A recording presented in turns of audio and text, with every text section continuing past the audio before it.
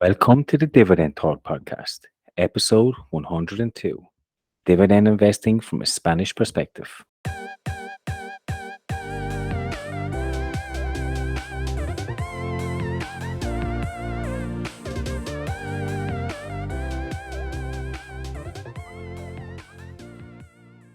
Hey guys, welcome back to another episode of Dividend Talk. Today we are joined by Eloy and Alberto from Cartas Dividendo. We will talk about Coca-Cola, some tobacco stocks, and also some famous Spanish companies. All that and more. See you on the inside.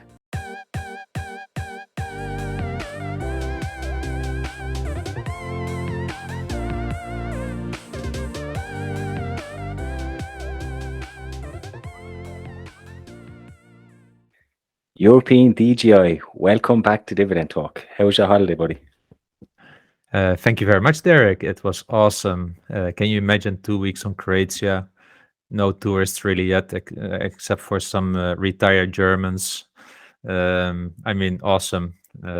Just sunbathing, playing with the kids. That's the retired life I would wish to live. Not 2 weeks a year, but more than 50 weeks a year. Yeah, sounds pretty awesome. I mean, I'm a little bit jealous as we were talking before the show, not getting a whole lot of sunshine here.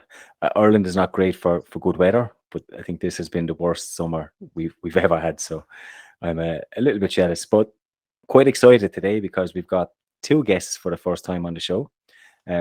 We've got Eloy and Alberto here from Cartas Dividendo. Welcome to the show, guys. Hi, thanks a lot. Well, let me introduce myself. I'm Alberto from Spain, and some people may know me as Alb or Alb DGI on Twitter. But I'm actually not that active there due to some lack of time. And I've been investing for a while, and these last few years as a dividend growth investor. So I'm really happy to be here with you guys. So thanks a lot for the invitation, and I'm sure we'll have a lot of fun. Hey, how are you guys? I'm Eloy. Eloy Snowball as my Twitter account, best known by that name. And I'm in the mid-40s, and I'm a passionate dividend growth investor. And it's a pleasure to be here because I'm actually a real fan of your podcast. It always goes with me for my Sunday run. Well, we're excited to have you both here. I know this has been a long time in the making. We've been trying to get you guys on here for quite a long time, so we're super excited to have you on. Alberto, I know you're not on Twitter much, but I follow everything Eloy does, including Coca-Cola. But we might talk that later. But it's a pleasure to have you here. We'll get into your journey and your story in a little bit. Just before that, though, we might just kick off, as we usually do, with some news of the week. European DJ, have you, on your holidays and your travels, is there anything that caught your eye this week? Well, of course, I opened up my portfolio tracker and I saw that my portfolio went a bit down. And I looked at my watch list and I thought like, whoa, stocks look nice priced. So, and yeah, the Fed is making some noise, right, with all these interest rate hikes. So I'm really happy with that. First of all, hopefully it will, kill a bit the inflation. But this is what I like so much about it, right? Because stock prices are lower, so I'm not feeling the inflation as such. Because if you think about it, right, half of my salary is consumed in expenses, but the other half of my expenses from the salary is stocks, dividend growth stocks, and they're cheaper now. So I get more bang for the buck. So I'm actually experiencing deflation in my total cost picture, which is an awesome situation to be in, right? And I'm just speeding up. I'm bringing forward probably now in this environment my retirement date by a few months, just because of getting a better yield on cost on some high quality stocks. So, I mean, I would love to see more hikes like these. I love it. I think we've been saying on this show for 18 months that a crash is going to happen, and here we are. we finally got one. It's still quite scary when you're in it, isn't it? When stocks are still trending down, but I mean, there's so much now on sale that it's we're like kids in a candy store. That's what we're like. Definitely. And does it feel also for you like that, Alberto or Eloy? Do you have the same kind of excitement now with what's going on?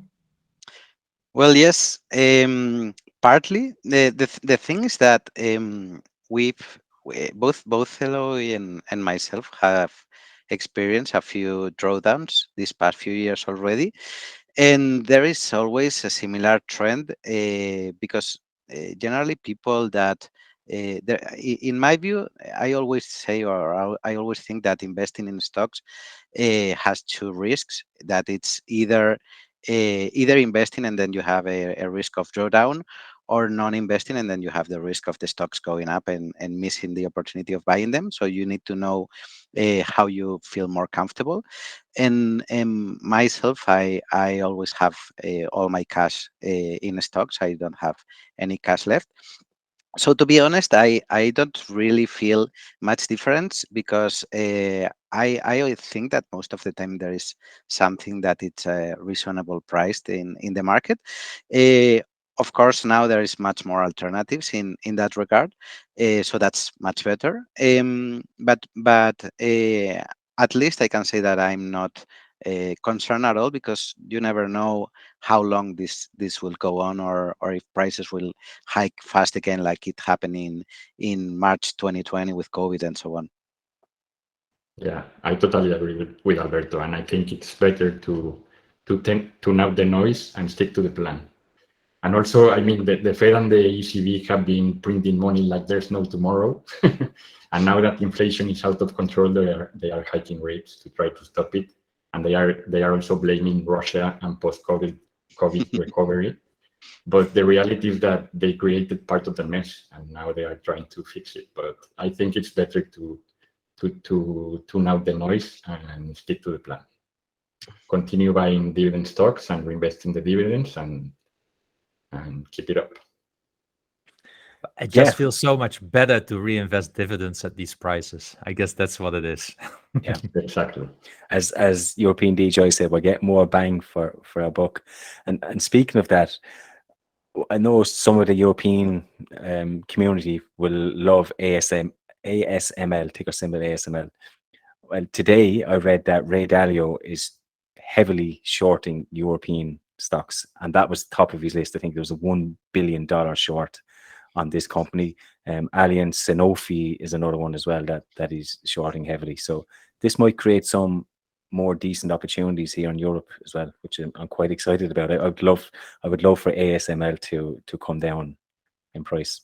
Exactly, because this news changes nothing to the fundamentals of Allianz and ASML. So getting ASML at half of the price, I mean that would be a gift from heaven. Yeah, I mean, I hope Ray Dalio is extremely successful in his shorting of those stocks, because I'm not a shareholder of ASML, but I would love to be. So yeah, I wish him a lot of luck and success with that. Exactly. We'll send him some karma back from Europe over to his place. Well, if it's a sign, I think he shorted some US stocks before they started to go, and he was quite successful. So if history repeats, I think we might start to see a drop in these quite soon, which I'm actually quite excited about. I'm really excited about this. He might become my best friend, or my most favorite investor of all times then. Yeah, exactly. He's the opposite of Elon Musk. He's making stocks go down the way. That's Nice. I love it. Okay, so what we always do with our guests, just for a little bit of fun, and just to kind of loosen us up a little bit, is we ask 6 questions. It's like a rapid fire round. European DJ is going to ask you. He'll give you 2 options, and without thinking, you have to say which one on the spot. And you can clarify at the end. We can clarify one of them if you wish. So over to you, European DJ. Okay, so I of course have to ask this question first. Barcelona versus Madrid. Well, I'd say Madrid, but Eloy lives there, so I think he will say that too. Real Madrid, of course. Next one then. Coca-Cola or Pepsi? I'd say I'd say Pepsi, but I think that's close for me. I will say Coca-Cola, but I own both, so Yeah, me too. I'll get back to that answer later. Dollar cost averaging or a lump sum? Lump sum, if you have it. yeah. How about you, Eloy? Same? Yeah. Okay. European dividend stocks or dividend stocks from the United States?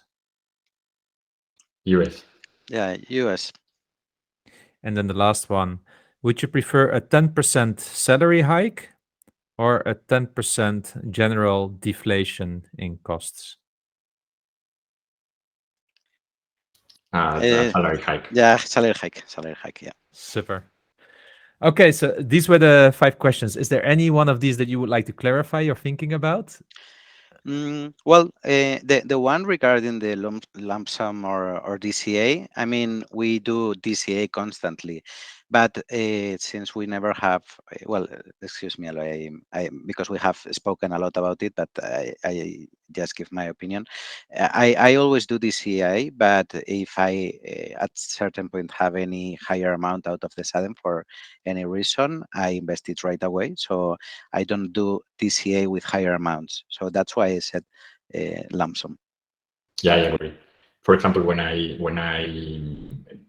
my bonus gets paid, I invest everything at the time. So every time I get money or the dividends, I reinvest them in real time. Super, super. Good. Well, guys, it's nice, nice insights here. And I still have one question here. Like, why Coca-Cola over Pepsi, Eloy? Well, And I know Derek loves this topic, I think. well, I think there are lots of reasons, but I always I prefer the drink, and then also I'm a big fan of Coca-Cola, and I listened to the previous episode with Tiago Diaz, which, by the way, I think was one of the best guests among others, because you have had quite a few like Dividend Wave, Ian, the Dividend Guy, etc. And I agree with Tiago that Coca-Cola is not a growth stock, but I mean none of the consumer staples are growth stocks, and that's not the reason why we invest in them. So I like Coca-Cola because I think it has done a great job in the restructuring of the bottlers. And nowadays, their free cash flow margin is almost, actually, no, in 2021, it was 29%.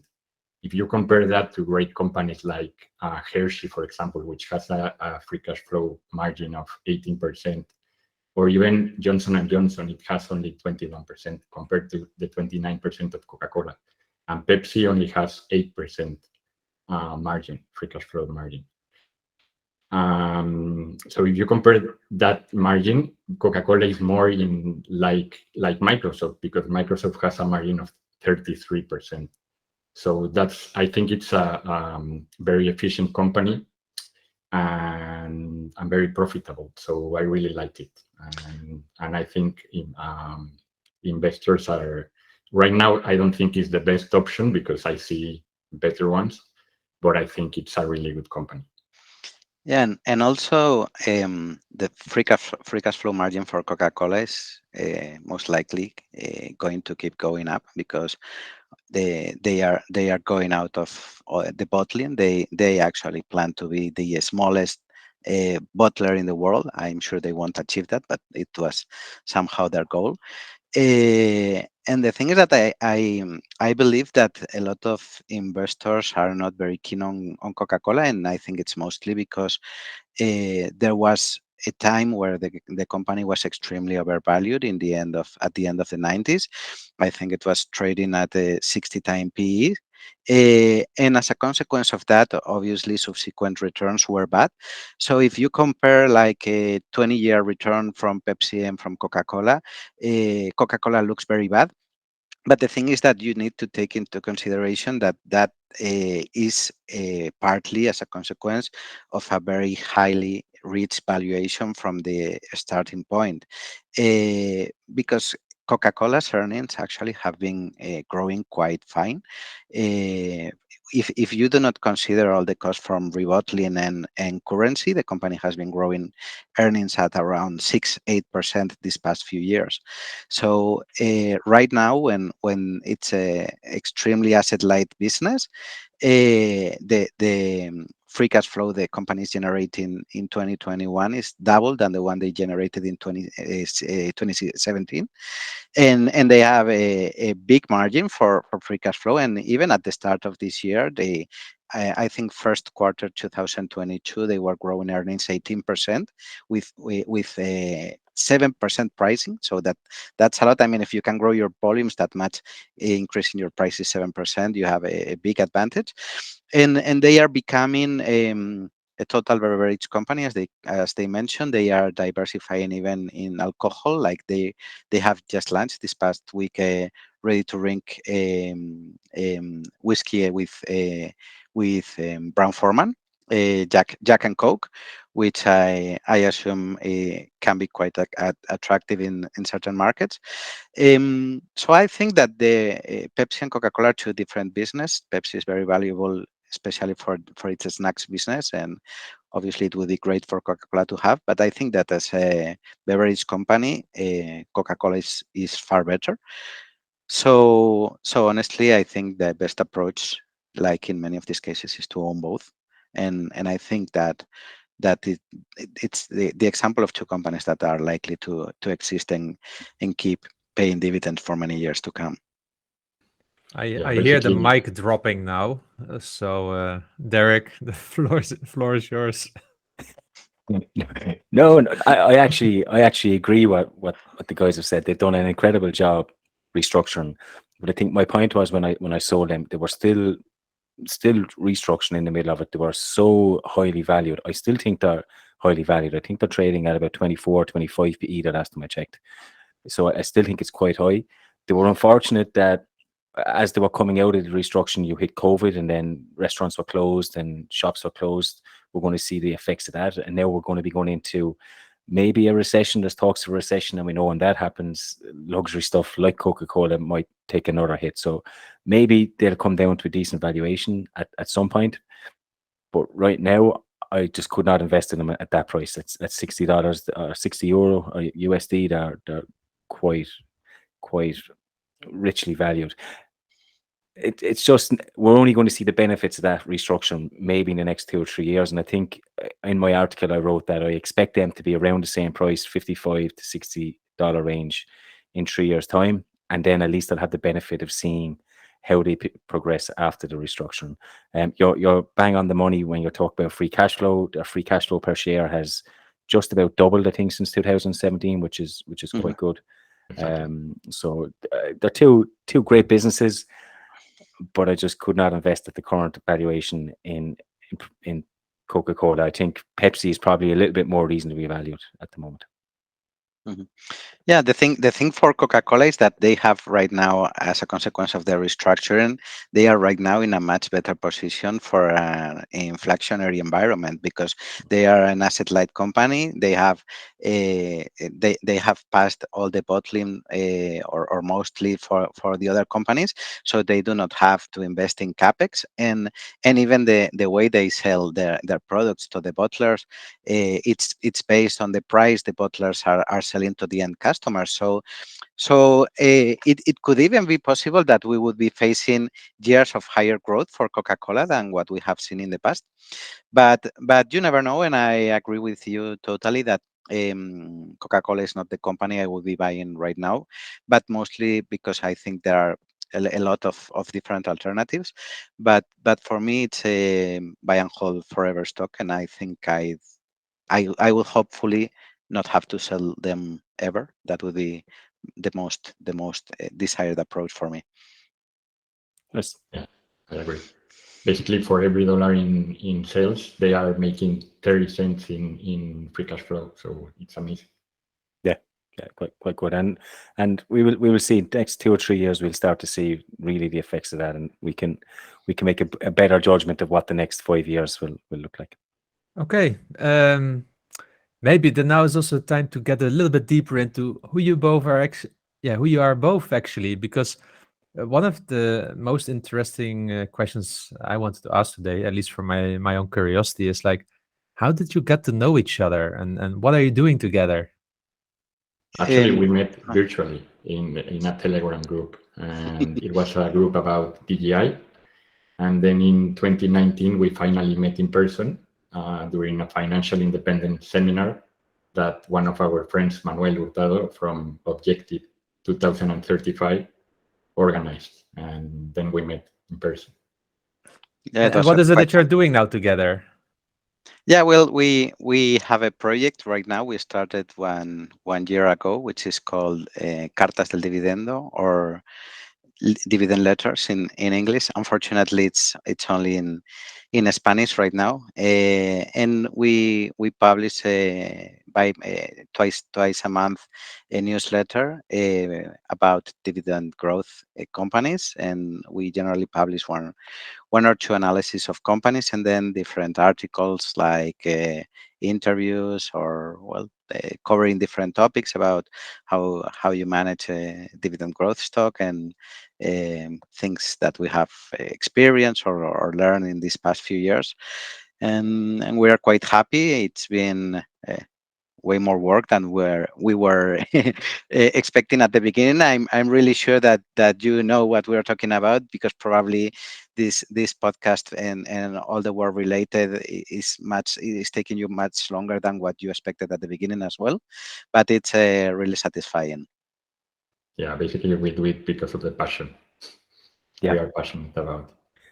I agree with you. This was a lot easier during COVID. We had the podcast and the blogs and so on. My blog is falling apart because it's work is so busy, but passion is what keeps you going.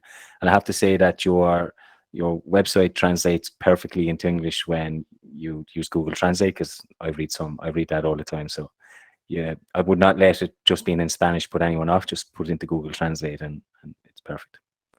Great. Super. So then maybe also a question that I always love to ask our guests, and let's start maybe with you, Eloy.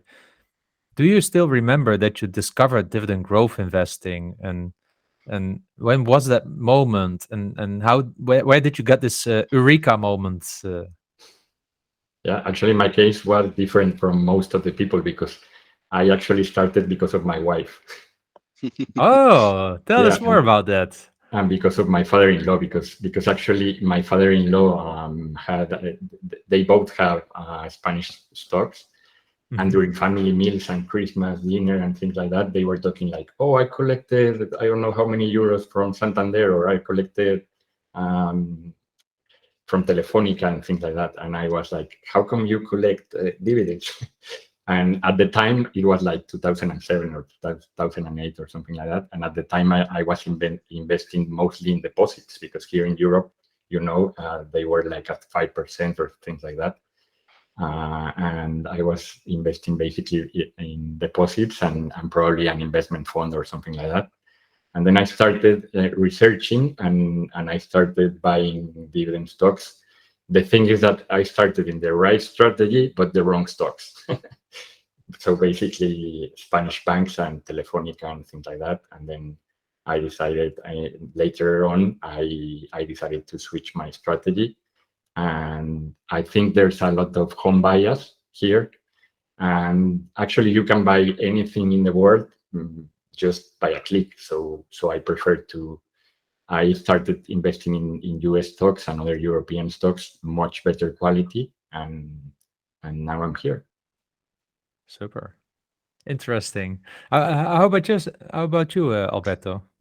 Yeah, to be honest, I was trying to think about it, but I can't think of an exact moment that was like the time that made me start investing in dividend growth stocks. And I think that the reason for it is that I started investing several years ago, but like some people do, without having any clue, just reading the newspaper and so on. And then right after, a few years later, I started investing, but through some investment fund, and then I started reading about famous investors like Buffett and Munger and Philip Fisher and Jeremy Siegel. But during that time, I also came out to the 4% withdrawal rule from the Trinity studies and so on, and that was something that I never I never felt comfortable with. I never felt comfortable with the idea of having to sell a certain amount of your portfolio yearly, even though you can have a 100-year backtest that this has worked in every scenario and so on. So that it never was satisfying to me, and I kept digging, and obviously in some reads and books I have read about dividends, and I think that it came like something progress, yeah, something in progress, reading some blogs, websites, other books, and it's not. In my case, like maybe someone has a friend or a relative that tells them to invest in and follow this strategy and recommend a certain book directly. I think in my case it was like a progression, and then of course I read a lot on books of like single best investment and ultimate dividend playbook and the books from Geraldine Wise and so on. And it's really interesting that you bring that up because I have something similar. This 4% rule, I was always thinking, like, why can't I build a portfolio that spits out 4% in cash just every year, right? Then I don't need to touch my principal and withdraw money. But of course, then you often get the question like, okay, but then you buy growth stocks, right? And you go quicker to, I don't know, to the $1 million. But there, my issue is always that it's hard to pick the right ones, right? Because in the end, growth stocks will mature and earnings will have to grow into it to justify the price to earnings ratio. And if you now look at, for instance, the 100 growth stocks that people were, how is it, recommending 1.5 years ago, 2 years ago, which of those was worth the investment now afterwards? Maybe Tesla? Yeah, if you still look at the stock price. I Hmm. mean, Shopify, DocuSign, Square. Adobe, Square, all of these, you would have probably done better just stashing your money in Johnson & Johnson at the same time and getting a yield in return, right? Absolutely. On the flip side, could you imagine planning your retirement or coming up to retirement this year Oh, and seeing your portfolio drop 20-25%? I mean, yeah. how must that feel if you're planning to withdraw 4%? It must be gut wrenching. Like, you know what I mean? That Selling would your be hard. Palantir stocks Yeah, right now. it would be hard to take. Whereas Yeah. that's why I prefer dividend investing, because the share price can go up and down, but we can still get that income. And it's yes, dividends can be cut, but it's definitely a lot more predictable than doing it the other route, I think. I think it's less stressful, and even if you feel and eventually that your portfolio will pass through to some relatives in the future, I think it's much easier to teach someone that it's not very interested to say just don't touch the principal and expend everything that gets into the account, than saying, well, you have to go for a 4%, but if the price goes down, beware, because maybe you should take a little bit less and maybe a little bit more if the market goes up and so on. And what you mentioned about growth stock is also interesting, because that's something that it's kind of cyclical, because when I started investing, what people were thinking of using for the people call it accelerating the portfolio, were value stocks, actually, at least in Spain, because there was a very famous value investor that ran a fund back then, that he was named the Spanish Warren Buffett. There's at least one Warren Buffett in every country in the world, and he had extremely good results for several years, and he was a value investor and still is a deep value investor.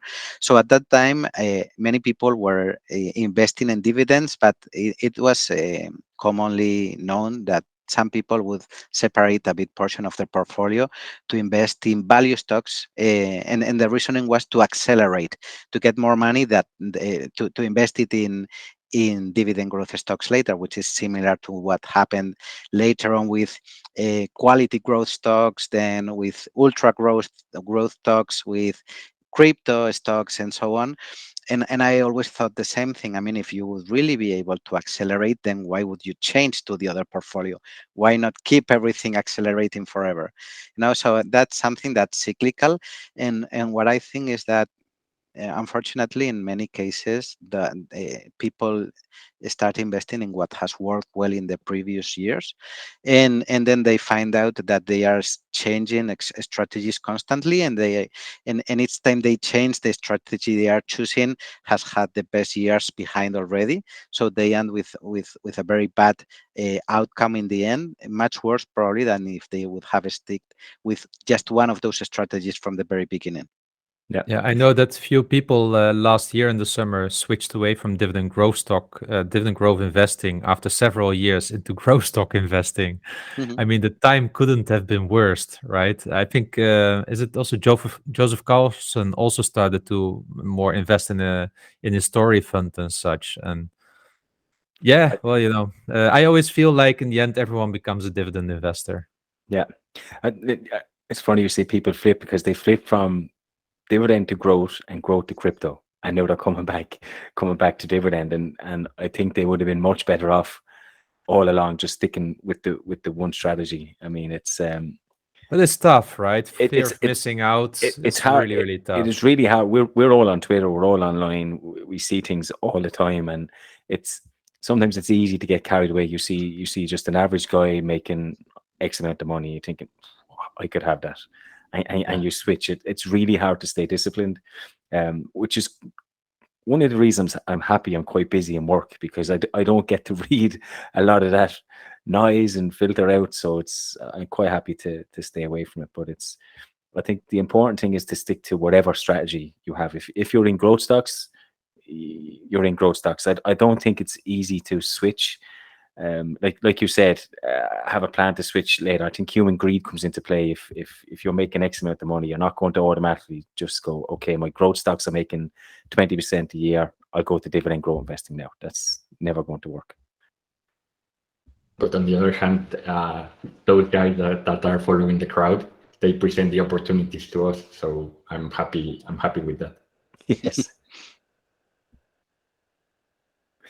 So another question that we get, because I mean it's quite awesome to have a twosome on here as well, and it's how do your partners and kids think about DGI? Do you talk about it? Do they support you? And giving the time that you have to give to maybe meeting up and writing, how do they feel about this? Well, I think this will be like the easiest two you have asked ever, because in my case, my girlfriend met me when I had already been a dividend growth investor for several years, so she had to see that the results were already good because I had been investing for quite some time. So then she saw that was something that was working. So she's very supportive in that regard. And of course, I think Eloy's case will be even easier because Yeah. in that case he got the idea from her wife. So Yeah. Eloy, But who actually has now she delegates on me because now I'm managing her portfolio and everything. I was just going to ask who has the better portfolio. Now I have.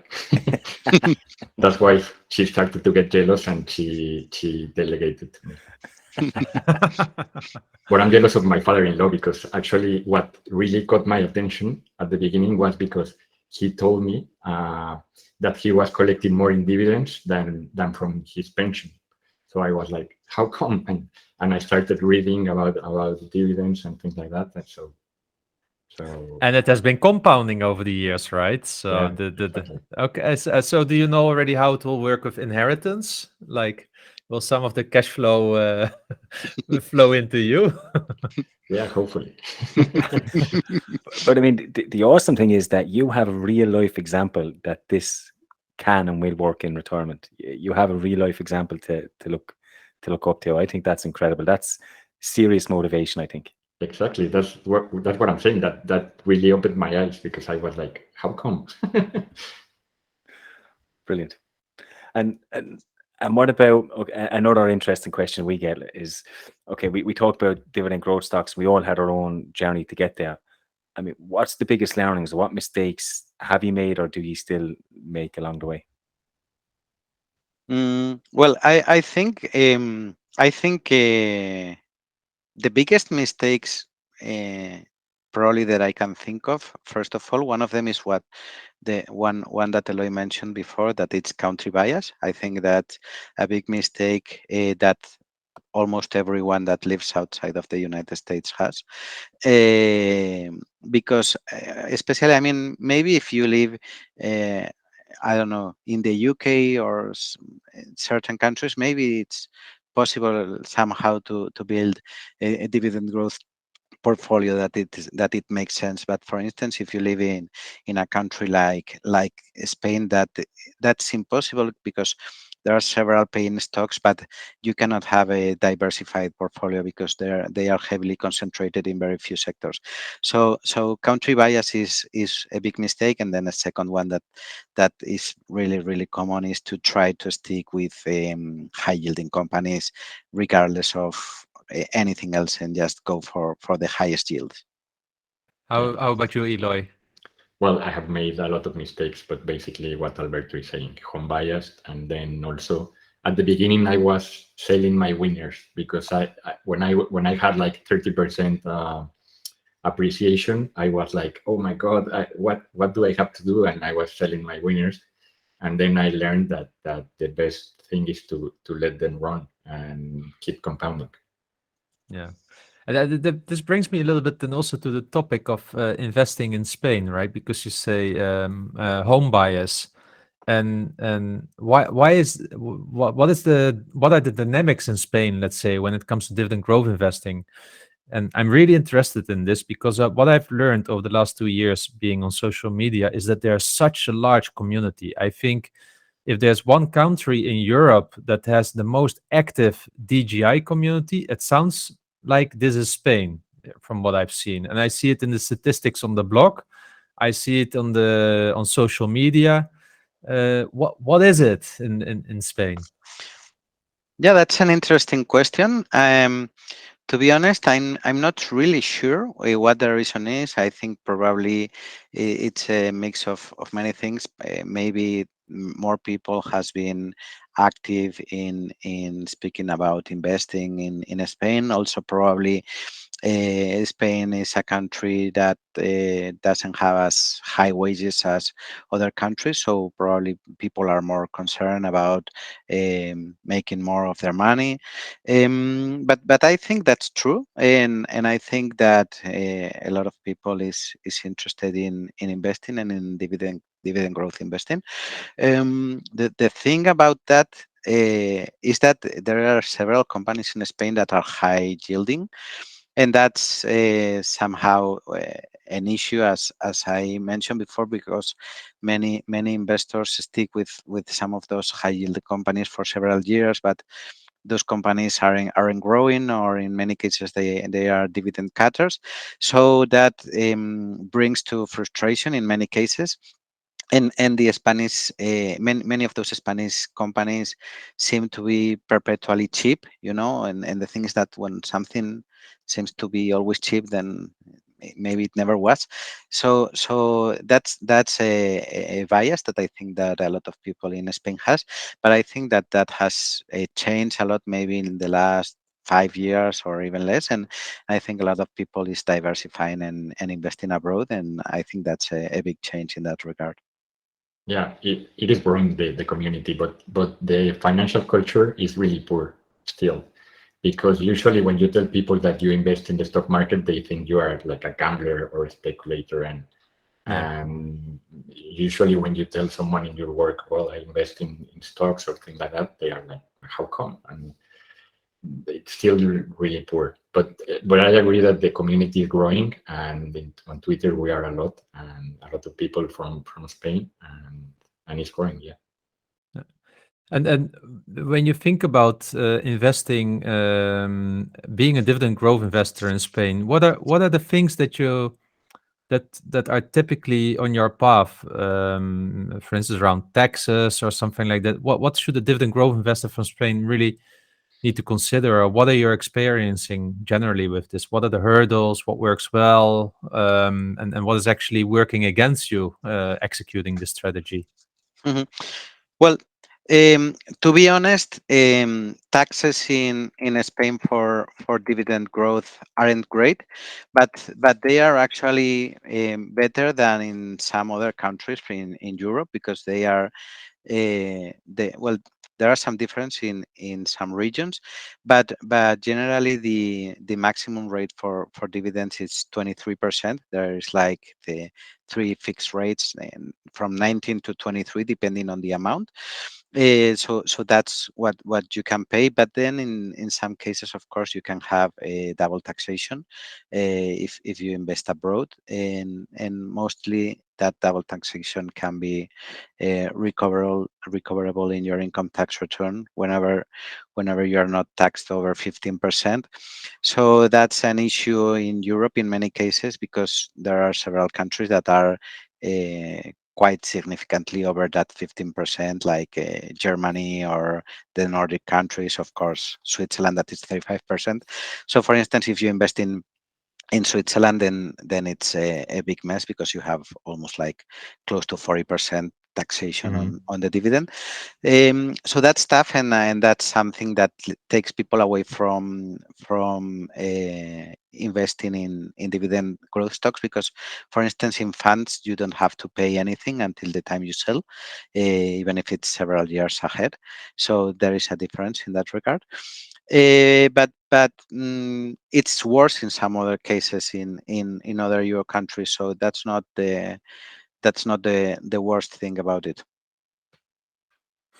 And what I also often hear from the Spanish community, they don't trust their government at all, right?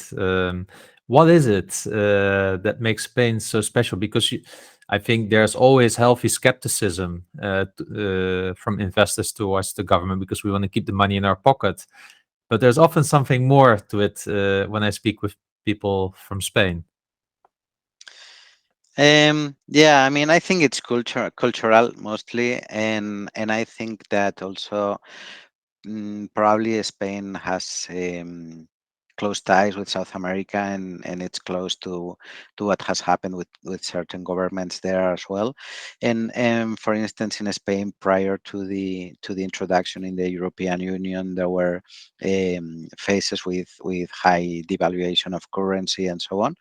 So yeah, I think a lot of people are skeptical with the government, and probably that's a wise thing to do. And also because the debt level in Spain is quite high, and in the past few years taxes have been increasing. So I think the fact that we are part of the European Union is a big sign of comfort and relief for a lot of people, but many are skeptical and not very don't feel very comfortable with the government, actually. Yeah. And also because they have stakes in some companies, like for example in Nenagas or Red Electrica, and most of the time their interests are not the same as ours. So basically that's why, related to investing, that's why we are skeptical about the government, because they put some clowns in the board, and basically their interests are not aligned to the shareholders. We spoke about home bias, and you mentioned two companies there that I think I have one in my portfolio. I don't have Red Electrical anymore, but is there any Spanish companies that you would recommend?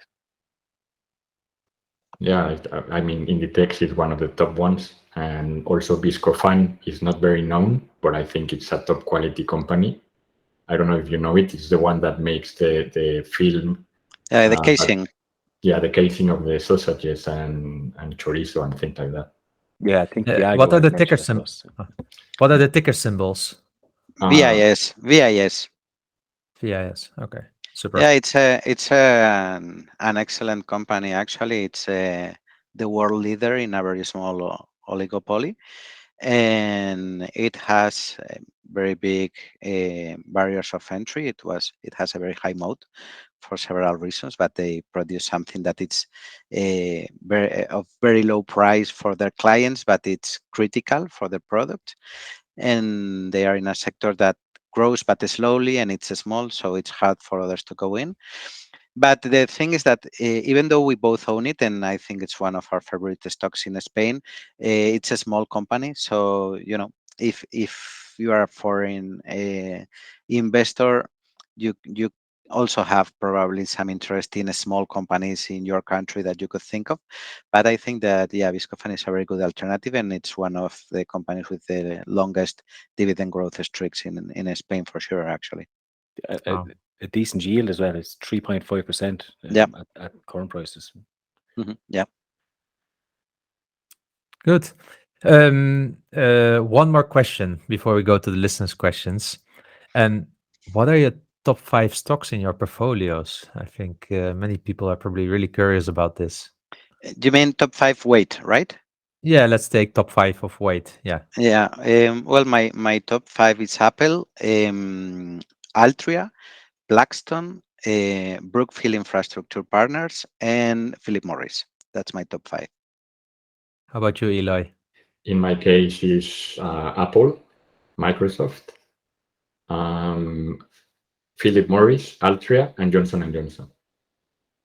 Damn, that's both really a nice mix of, let's say, really big tailwinds in growth, right, with the cloud, and also the good old tobacco stocks. Yeah, in my case, Apple and Microsoft are actually the top ones because I bought them in 2012.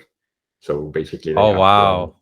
grown. And also, Wow. I increased my position in Apple, for example, in 2018, in December 2018, when it was when Buffett was buying, and Microsoft I increased during COVID. So Yeah. yeah, I but remember Apple because I bought it then at a PE of 10 or something yeah, like that, right? The exactly. iPhone was dead. That was the narrative. The iPhone is dead. Forget about it. And But it I was was listening. I was listening then to Jim Cramer a lot, and he was mentioning, oh, the service business. And I know we are always making fun of Jim Cramer, right? And there's just this inverse one. But he called out Apple really, really well at that time. And he always said, don't trade it, own it. And this is one of the things he was spot on, I think. yeah, it was a no-brainer. Yeah, exactly. But I remember how many people were ditching Apple at the time. And then I started accumulating, and half a year later, Warren Buffett, I think, initiated a position, and then the stock was gone. Yeah, it was like up into the sky. Awesome. Okay, cool. So let's go also to some of the listeners' questions for both of you. And the first one is from Squadra Dividendo, and I think he changed this name for you. It's Team Dividende from Germany. And he asked, dividend stocks are currently outperforming tech stocks, right, in the current market sentiment. Have you ever considered swapping strategy whenever markets turn into bears and reverse? And I think we touched upon this really already a little bit before. Yeah, I think that's what we mentioned. I think that obviously, if you were able to do that, that would be perfect because you would get the best performing stock every time. But I feel that that's impossible to do because mainly because you do not know how long the cycles will take, and you can have a outperformance of dividend growth stocks right now, and you can change to tech stocks, and maybe the next 10 years are a outperformance of dividend growth stock as well. So I think that makes no sense. I think that what we mentioned is that you need to find something and a strategy that works for you, and what you need to do is to find something that makes sense and then stick to it. I think that's the simplest way to do it. Yeah. And don't follow the crowd. Just do your own research and stick to your strategy.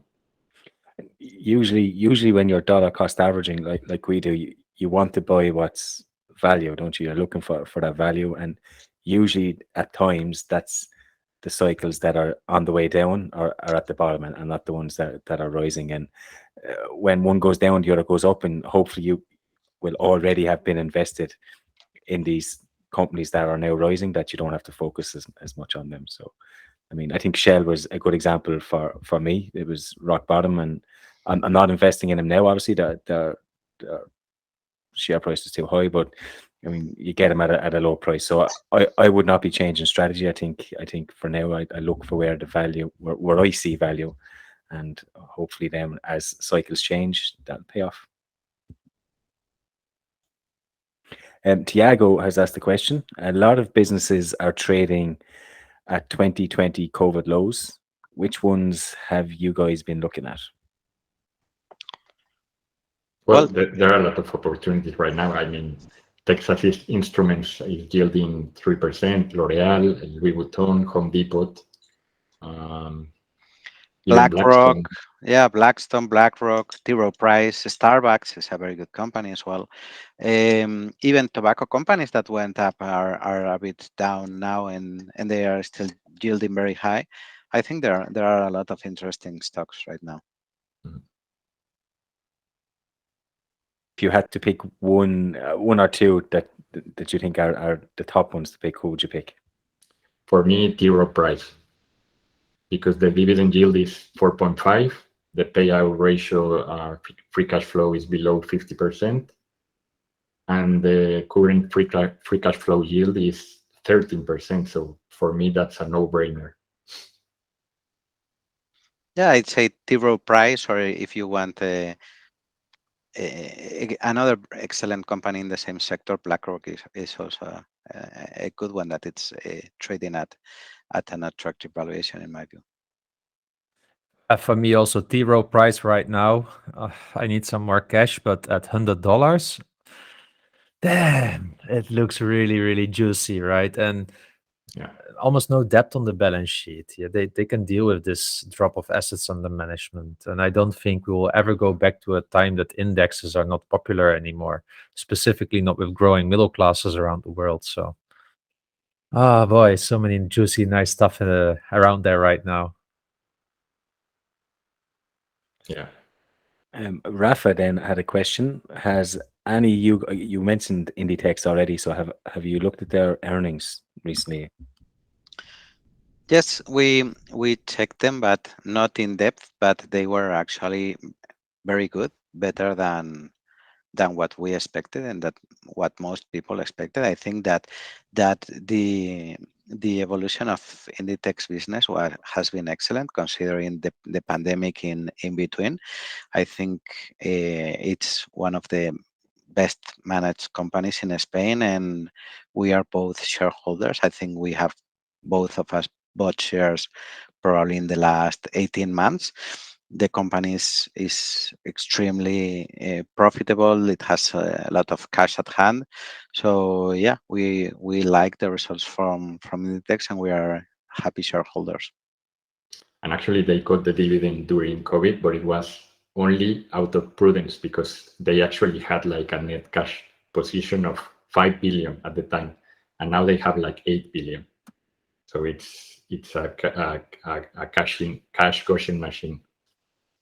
And do you remember how much they cut the dividend? Was it like a full cut or more like a little bit less? Just they actually paid twice a year, and they cut one of them. Okay, so 50% so it was like cut. 50%. Yeah, I really always have issues with this, even for really well managed companies and prudent. In the end, if this happens to half of your portfolio, you end up selling, right? If you need the cash flow. So I specifically when they have a rich cash position, and I know that people were scared, but why wouldn't they wait a year, right? And they would have not needed to cut it and see that it all would be fine, right? So I get the being prudent take, but I don't like it as a dividend growth investor, because it shows a little bit the insecurity of its management as well regarding the future cash flows. In this case, also the thing is that the family owns 60% of the company, so they do not need the dividend on 100%. For them, of course, to be sure that the company will survive COVID and so on is way more important. So sometimes, to have a family-owned business is good because interests are aligned, but in certain situations, maybe it's not the best approach for the rest of the shareholders. It is back though now to 2019 levels, so they did increase it pretty much straight after. So that's the price you have to pay for investing in European companies, because it also happened to AXA, to Royal Dutch Shell, to Louis Vuitton. So No. so it happened to a lot of European companies, and that's the price you have to pay in this side of the Atlantic, that companies are not so shareholder friendly. Yeah, even L'Oreal stopped like 25 years of dividend hikes or something like that. Yeah. Okay. Dividend Halyard has asked us a money management question. Given inflation, would you collect the funds for a larger purchase and experience cash depreciation, or take a loan and let it depreciate? I mean, it's hard. It's hard to say. I'm not really sure. I'm not really sure. I mean, I think you also need to consider the personal circumstances. I think it's hard to answer to those specific questions without all the rest of the information. Yeah. I personally prefer not to take out loans if I can, if I need to make a purchase, except for buying a house. But if I buy a car or anything else that I'm buying a big one, I prefer to do it in cash, because compounding works against you and you're getting ridiculous rates. You're probably paying 10, 12, I don't know, 14%, which is far above what I get in dividend income. So I don't like taking out loans. But again, you're 100% right, Alberto. It Yeah, depends on situations. the thing is that, for instance, that's different for a person that has a high degree of certainty that he will be able to keep his job, for instance, or it's different if you also have a big portfolio of dividend growth stocks and you are going to be able to pay off that debt in case you need it or not. So I mean, I think it's not an easy question, because if you go to the theory, you could say, well, yeah, I mean, yeah, if you, from a mathematical point of view, if you get a loan and then inflation is very high and your interests are very low, then that's profitable for you. But that's pure theory, and then in practice things can go very wrong from you, for your side. So if you have debt, you can face other issues too. Okay. Slint has asked us, if valuation and taxes did not matter, what would your top 5 holdings be? So For me, oh, no, say, yeah. for me, it would be Hershey, the first one, I think, Microsoft. And then I'll let Alberto. Yeah, for me, it would be Nestle for sure. Yeah. But I think, yeah, Hershey's as good as an option. But yeah, I think it would be Nestle for sure. If valuation and taxes, which are two of the only things that I could consider for Nestle, as an issue for buying it, I think it would be Nestle, because I think it's a great company in a country with a strong currency, very diversified, 1 year of losses in over 100 years, and strong stake in another great company like L'Oreal. So yeah, I think it would be Nestle for me for sure.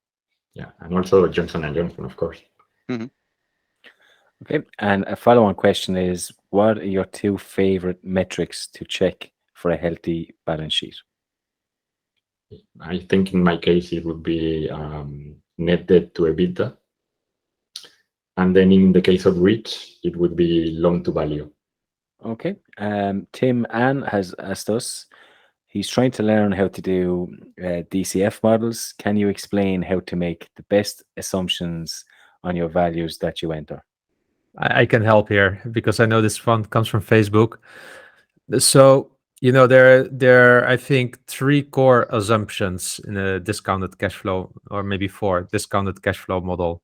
The first one is, what cash flow do you start modeling on? So I usually don't like to take the last year's cash flow as an example, unless I think that it represents a conservative cash flow, because sometimes cash flows are a little bit lower due to working capital.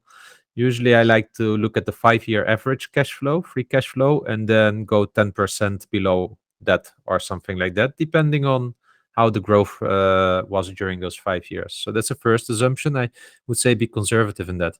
Then come the growth rates. I look at the growth rates more like a little bit I look at the guidance of the company and to see if I agree with it. Usually it is like mid-single digits or something like that. That would be my base case. And for the first 5 years, and then for the second 5 years, I'm usually a little bit like, like low single digits, let's say, because we don't know what time will bring then, and I don't think you can extrapolate today's growth into the future in an unlimited way. Then the other assumption that you need to make is the terminal multiple. So this is kind like, if you are after 10 years, for how much do you value the remainder cash flow? I usually try to take a similar multiples like price to earnings, and then the average of the stock market is usually around 15. So my terminal multiple, for that reason, usually the base case is around 15. If it is a, let's say, tobacco company, I will probably do it on 13 or 14. Because I think that's usually what the average historical track record is of the stock market as well, and I think you can apply it to most of the companies also. And then the last one is the discount rate. Now you can do two things with the discount rate. You can take the weighted average cost of capital. That's how most companies evaluate their investment cases using discounted cash flow models, but I prefer to take 10% or more, depending on what business it is. But let's say 10% because that's the rate of return I would like to see. So those are the assumptions, and I think the 10% and the terminal multiple for me are always quite stable. So then the real assumptions that I need to make is around what would be the free cash flow that I should take that I can extrapolate on. So, and that's why I prefer to be conservative. And then the growth rates. And I'm usually more conservative than what analysts say in growth rates, because I also look at the past growth rates, and usually they are lower than what people think about the future. So then I usually adjust towards the past, what the real track record is. And it's a bit of black magic, I would say, but I must say it's doing me well. But I would not only look at discounted cash flow, I would also sometimes do a dividend discount model.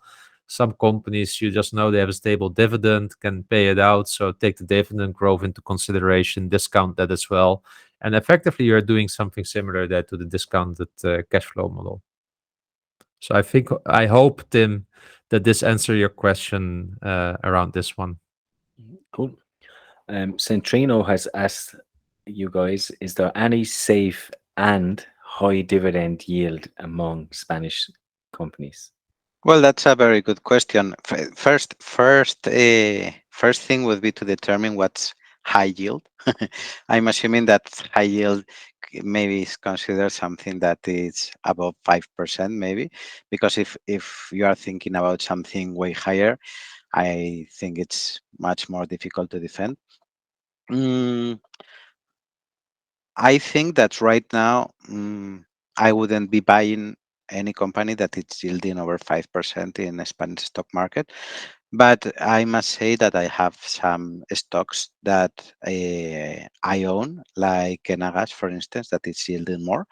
And I think that the dividend is fairly safe, even though I cannot give it for granted, because even the company is guiding for almost no growth in the following years. And as Eloy mentioned before, we are also quite concerned that the government has a stake, and sometimes the interest for shareholders are not the same. But I think that Enagas is probably the best bet for a very high yield. Rather safe, still with no growth, and probably there is some others in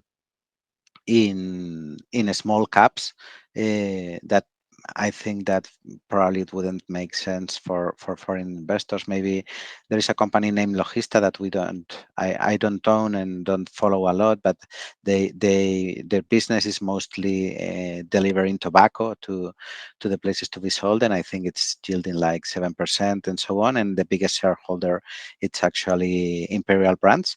And I think from last time I saw the dividend seemed safe. But I think, as we previously mentioned, if we were to invest in Spain, or at least me, I for sure would invest in other companies like Inditex or Viscofan that probably are yielding more around 3.5, 4%, and so on, instead of those high yielders where I think the dividend is either not that safe or not that much likely to be growing. Yeah, I agree. Probably Iberdrola is another one. Mhm. I Where I think, prefer Iberdrola. yeah. Yeah. I think Enegas have a dividend floor, don't they, until 2024? I think they've guaranteed it until then, and then Mhm. we don't know where it'll be. Yeah. I think it was till 2026. Oh, isn't it? okay. I'm really interested about Enegas with their cash flows coming up now with the liquid natural gas prices and such. I mean, if the company isn't able to earn some money on this, then we can definitely, look at this company and their management, because this is kind of a gift that they've been getting. It should really allow them to clean up their balance sheet a little bit to protect the dividend far into the future. Yeah, the issue here is that obviously right now with gas in Europe and specifically the Spanish position, there is a lot of political interest. So we'll see how that fares with the interest of Enagas shareholders, because we have seen in the past that, for instance, the Red Eléctrica was forced by the government to acquire a minority position in a company that made no sense, and obviously an independent company would not have bought Yeah. at all. So we'll see. I mean, yeah, I think there can be reasons to believe that Enagas can even grow further in the future, but I think it's something that you have to be taken into consideration, that there is a political risk, and obviously that's one of the reasons why the company is yielding so much, of course. Yeah, sounds like talking about Alibaba when I all the time hear political risk. And we have it in Europe. Yeah, yeah. Hey, the last question then for today is from Jeff, and he's asking how you feel about Nike and L'Oreal at current prices. Well, I like L'Oreal. Actually, I think I bought a like 1 month ago, I think, or a few weeks ago, and at higher prices than the current ones. I already own some stocks from few years before, so I like the company a lot. Actually, it's interesting because there is a study that was made like 3 or 4 years ago by an investment firm in London that is called Ashpark, and that they invest in consumer staple companies, and they analyzed what P you could have paid in 1972 for several consumer staple companies that would allow you to obtain market beating returns without considering dividends. And L'Oreal was the company of all of them where you could have paid a higher multiple and still would have beaten the market. I think the multiple was 370. If you had paid 370 times earnings for L'Oreal in 1972, you have still beaten the market. Second one was Altria, actually, I think 350. And it's interesting because a lot of people say that, well, obviously that's 1972, that's very far away, but they did an update on that, and they say, well, instead of going to 1972, I'm going to check 2001 and see in 20 years what would have happened, and if I would have been able to beat the market with these consumer staples, what is the price, the maximum price I could have paid. And in the case of L'Oreal, again, it was the company where you could have paid more for beating the market, and if you would have paid 80 times earnings, you would have beaten the market in the following 20 years. So I think L'Oreal is an extremely well-run company. I think it's in right now one of the best sectors that it's growing. It's growing a lot in Asia. It has big pricing power. So yeah, I mean, I like L'Oreal. I think it's probably not cheap if you compare it with other companies, but I think it's hard for a company of this quality to become extremely cheap. And with regards to Nike, I don't own it, and I like the company a lot, but I have not been following it. So to be honest, I'm not really sure. I don't even know what the current drawdown for Nike is. So not sure about it. Yeah, I have also been buying L'Oreal, and I think it's an excellent company, and it has a lot of brands that worth more than 1 billion in sales. And Nike, Nike, I haven't. I like it a lot, but I haven't found the opportunity to buy it actually, because every time I want to buy it, I find something cheaper or more attractive.